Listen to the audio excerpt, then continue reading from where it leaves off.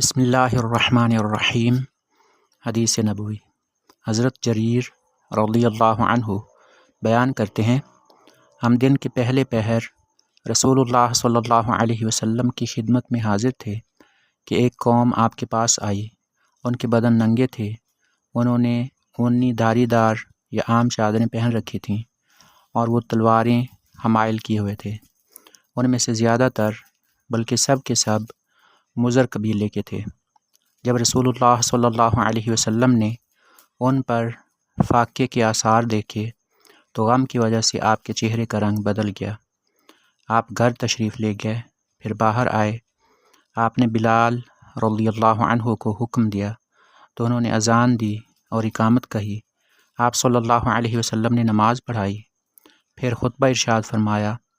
لوگو اپنے رب سے ڈر جاؤ جس نے تمہیں نفس واحد سے پیدا فرمایا اور اسی سے اس کا جوڑا پیدا کیا، اور ان دونوں کی نسل سے بہت سے مرد اور عورتیں پھیلا دیں، اور اس اللہ سے ڈرو جس کے نام پر تم ایک دوسرے سے سوال کرتے ہو،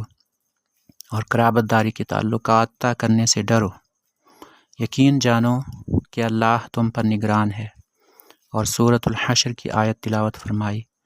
اے ایمان والو اللہ سے ڈرو، اور چاہیے کہ ہر متنفس دیکھ لے کہ وہ کل کے لیے کیا کچھ آگے بھیجتا ہے، اور تم اللہ سے ڈرو، بے شک اللہ تمہارے اعمال سے باخبر ہے۔ پس کسی نے دینار صدقہ کیا، کسی نے درہم، کسی نے کپڑا، کسی نے گندم کا ساڑ، اور کسی نے 1 سا کھجوریں صدقہ کیں، حتیٰ کہ آپ صلی اللہ علیہ وسلم نے فرمایا،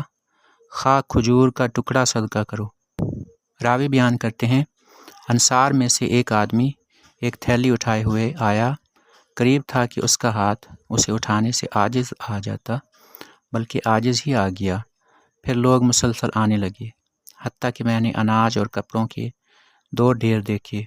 حتیٰ کہ میں نے رسول اللہ صلی اللہ علیہ وسلم کے چہرہ مبارک کو سونے کی طرح دمکتا ہوا دیکھا۔ رسول اللہ صلی اللہ علیہ وسلم نے فرمایا، جس شخص نے اسلام میں کوئی اچھا طریقہ شروع کیا تو اسے اس کا اور اس کے بعد اس پر عمل کرنے والوں کا ثواب ملتا ہے،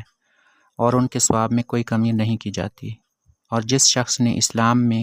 کوئی برا طریقہ شروع کیا تو اس کو اس کا اور اس کے بعد اس پر عمل کرنے والوں کا گناہ ملتا ہے، اور ان کے گناہ میں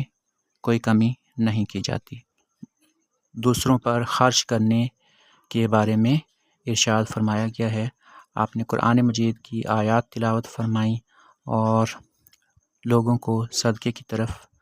رغبت دی، تو آپ کے ماننے والوں نے دل کھول کر صدقہ کیا، یہاں تک کہ ان لوگوں کی ضروریات کے لیے کافی کچھ جمع ہو گیا۔ حدیث کے آخر میں نبی پاک نے فرمایا ہے کہ اسلام میں اگر کوئی اچھا طریقہ شروع کرتا ہے، یعنی کوئی ایسا طریقہ جو اسلام کے مطابق ہو، اسلام کے خلاف نہ ہو،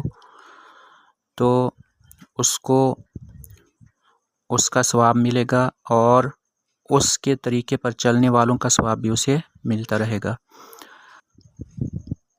اور جس شخص نے کوئی ایسا کام